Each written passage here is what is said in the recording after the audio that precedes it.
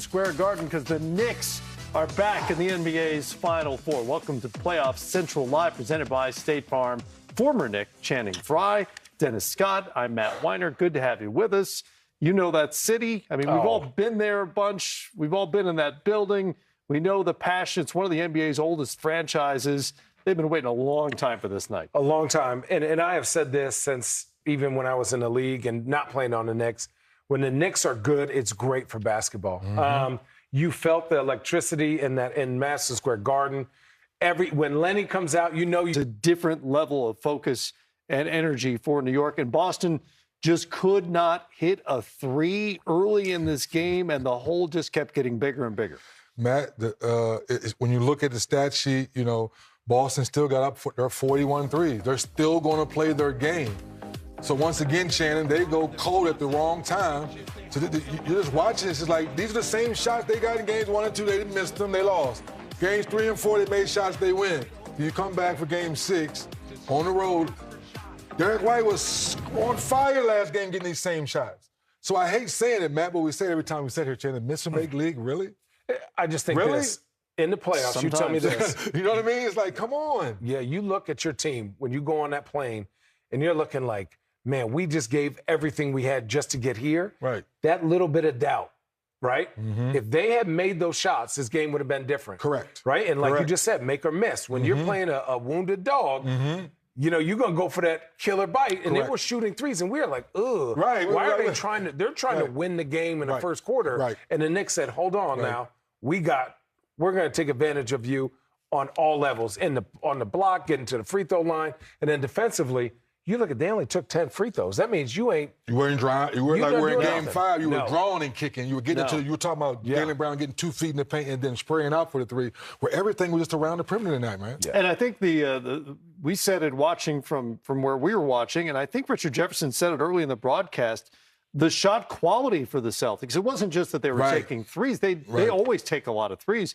They weren't getting great threes early in this game. No, it was again, you're trying to win the game in the first quarter, and I thought they were like, we need a boost of confidence.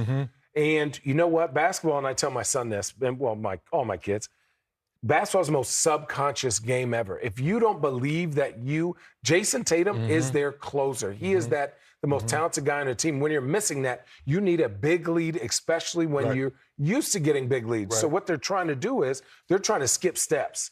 You're supposed to establish yourself in the paint, but if you can't get in the paint, you're exhausted. You got to take the first thing that comes. Right. You're hungry. Instead of waiting for a steak, you eating hamburgers. Matt and Shannon, for our viewers, Tibbs needs to go to the training staff and give them a raise to get this team turned. Think about it, they're only 5 deep. Like when you look at their bench, like McBride plays a little bit. 6. That's what I'm saying. Like even with Mitchell, it's like nobody comes off that bench right away and puts a serious impact on the game. It's the starting 5. So it's amazing how in 48 hours they looked ready to play. Look at Brunson's number. Look at Mikal Bridges' numbers. That backcourt for the Knicks was solid tonight after being beat up. And Brunson fouled out the last game, guys. He was plus 30 tonight. Come on. And by the way, serious question. What did the two of you make of the fact that Knicks starters were playing with 5 Tibbs minutes is crazy. left to Tibbs go is flat out crazy. You're crazy, where Tibbs. the final margin was 38. We love and hate you in the same breath for doing it to the Knicks starting 5. It's crazy. Well, it borders on, frankly, irresponsible because you're looking at a potential injury. What if somebody gets hurt and has to miss the Eastern Conference Finals? That's such a great point. If something would have happened to Bridges or Brunson, one of your guys in the backcourt, they're not ready for games 1 and 2, yes, the New York Knicks fans would want to hang Thibodeau because they shouldn't have been in the game. You're up by 34 with 9 minutes, the whole fourth quarter. What's the upside at that point? Listen, somebody pointed out to me with probably 6 minutes to go, they could literally dribble out each possession and win the game by 20 probably. Yeah. Why do you need starters out there at that point? I asked early in the year why, like to give you guys a break. But I'm looking at these minutes other than OG, right? But I'm looking 32, 34, 29, 34. I'm thinking that's actually, I'm not even mad at that, right? I thought they had played more. Yes, there is a irresponsibility at times for us watching. He has his system, right? And I question it. People question it. Always. He's always going to play this way. And if he wins, then they're going to say, well, maybe we need to play like that. But he hasn't won yet. So what we're going to say is they're in the Eastern Conference Finals, and they have not been there in a while. So I'm going to sit back and say this is uncommon, but it works for the Knicks. It works for them this year. So stick with it. And I'm gonna digress. Oof. Really, the only other team still playing that plays a rotation, anything like that, is Denver, and that seems more out of necessity rather than preference, right? Yes. He just doesn't seem to trust his bench very much. Correct. Speaking of Tom Thibodeau, he is back in the Eastern Conference Finals. With your stubborn self. Tom, was that the 48 minutes you were searching for from your group? Yeah, I thought start to finish was terrific. And also, want to congratulate the Celtics on a terrific season. Unfortunate injury to Jason Tatum, but they're a terrific organization, ownership, front office, coaching staff. Joe Mazzulla's terrific coach, great players, first-class organization. Hats off to them for the season they had and defending their championship. Coach, congratulations on getting to the Eastern Conference Finals.